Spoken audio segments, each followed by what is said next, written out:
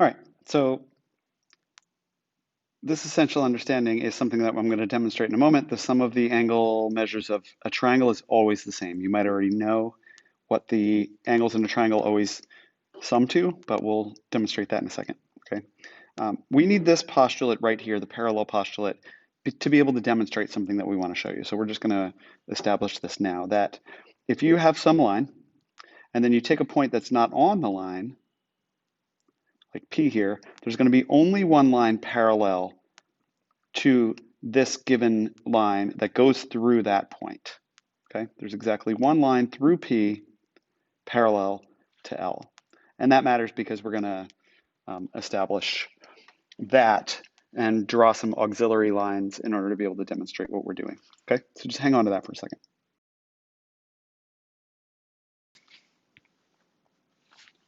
So what you may already know, that's established here by the triangle angle sum theorem, is that the sum of the measures of the angles of a triangle is always 180.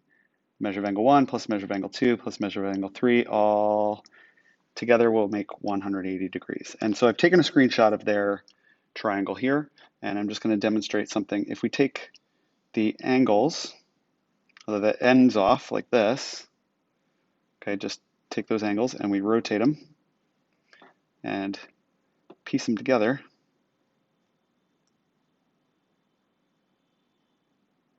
What you should notice is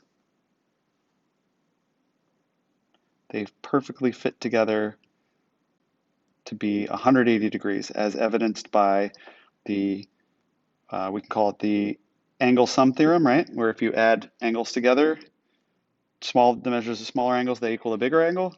And this bigger angle from here to here measures 180. And you can imagine, I can't perfectly overlap it without cutting it off a little bit, but essentially that's what you get, right? 180 degree angle, triangle sum to 180. And you can try that with any triangle. It can cut the three edges off or the three angles off and put them together vertex to vertex to vertex, and they should sum to 180 and create that straight angle right here. Okay. Now, proof of the triangle angle sum theorem requires an auxiliary line. Okay, so an auxiliary line, which I was just referring to, is a line that you can add to a diagram to help you explain some relationships in a proof. So the red line in the diagram, it says below, but next slide is an auxiliary line. So let's look at that.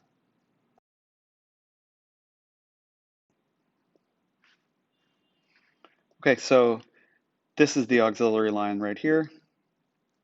And they've just added that. Remember the parallel postulate says that if you take some line like this line AC here and some point that's not on that line, like point B, and you draw a parallel line through it, there's only a single line that's going to go through it. Why does that matter? Well, watch what we're going to do. We're given that this triangle is here, and we know that the measures of angle A plus angle 2 plus angle C equals 180 because those are the three angles in the triangle. Then watch what we're going to do. So first of all, we draw this line PR through B parallel to AC. We're allowed to do that, parallel postulate. And now angles PBC, PBC right here, and 3 are supplementary. This right here and this angle here are supplementary, okay? Angles that form a linear pair are supplementary. And it's true that then definition of supplementary angles, we can make that statement that their measures sum to 180, okay? We also know that the measure of angle PBC right here is equal to the measures of angle 1 and angle 2. It's just the angle addition postulate. Okay. We also know that angles 1, 2, and 3 equal 180 then because of substitution, because we know that the measure of angle PRC equals these two.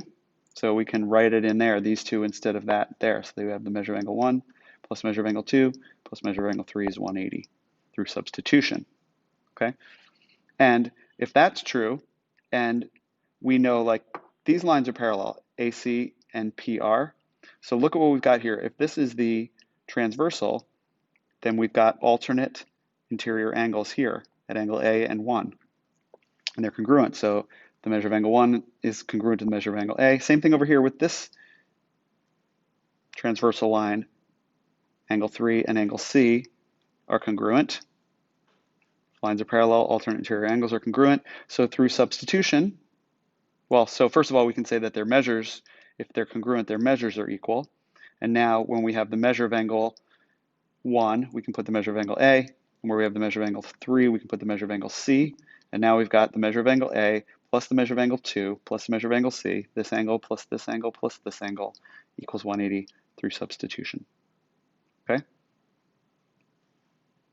So now we've proven it. When you know the measures of two angles, you can use the triangle Anglo-Sum theorem to find the measure of the third, and we're going to use that now. But this just demonstrates that it's true. All right, so the triangle Anglo-Sum theorem says that the three angles in the triangle sum to 180. And so what are the values of x and y in the diagram at the right? Well, how do we break it apart? Let's see what we know. Okay, which variable should we solve for first? Well, we have two angle measures in this triangle right here. So we can then solve for x first, okay? And what does that look like? Looks like this. We take those two angles, 59 and 43, plus the measure of angle x, which we don't know, but we know that they sum to 180. Add these two together, subtract that from both sides, and we have that is equal to 78 degrees. Of course, we also know that the measure of angle ADB, marked as x, and the measure of angle CDB, marked as y, sum to 180 because they're a linear pair. And so therefore, x plus y equals 180, and we've already found x, 78, so we can solve for y. Okay? So your got it problem is then to figure out the value of z.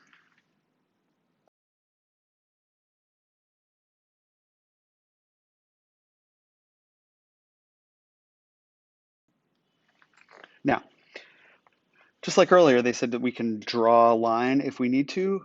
We can also just extend a line. So in this one right here, we're going to extend this side out here.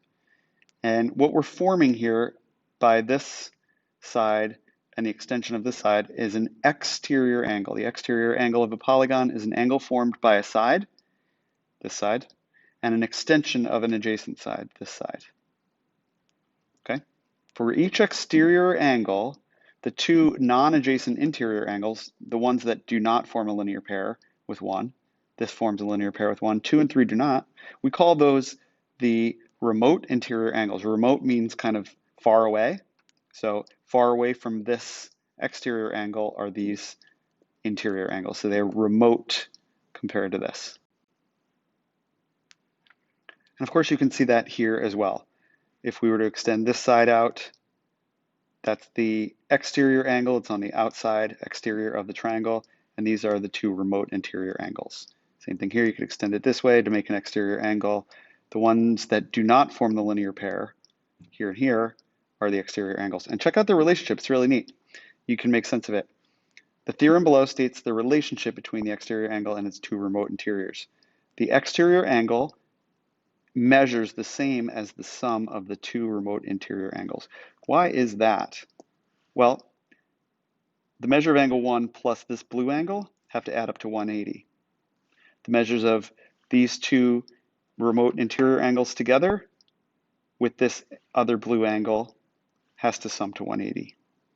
So since both the measure of angle 1 and the sum of 2 and 3 can add with the blue angle to get 180, that must mean that the sum of angle 1, I'm sorry, the sum of angles 2 and 3 are equal to the measure of angle 1. So okay, then we can use that triangle exterior angle theorem to find angles here. What's the measure of angle 1? Well, remember, it's equal in measure to the sum of the two remote interior angles. So all we have to do is sum them up. Sorry, just a second. And that's what the measure of angle 1 will be. So 80 plus 18 is 98, so angle 1 measures 98. What about measure 2? Well, remember the two remote interior angles sum to be what the exterior angle is. So we can say 124 should be equal to 59 degrees plus whatever the measure of angle 2 is. Okay, and then we subtract away 59 from both sides, and we find that angle 2 measures 65. Yeah? See how you do with this got it problem.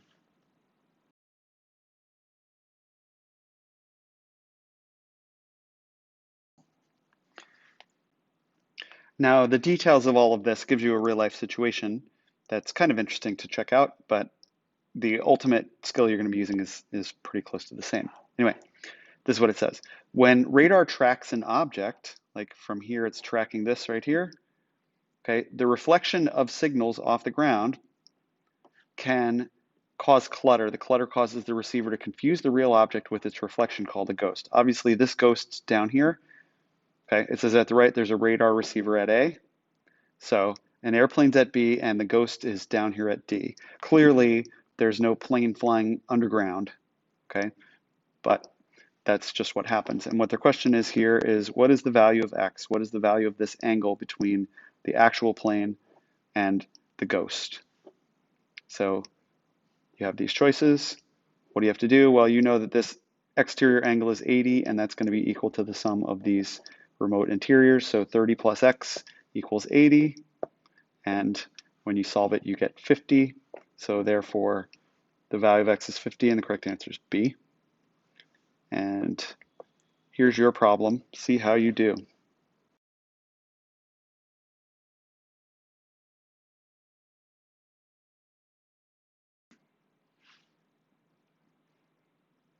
Okay, try your hand at these got it problems. Hope you understood all this. Ask questions, of course, if you have any. Good luck.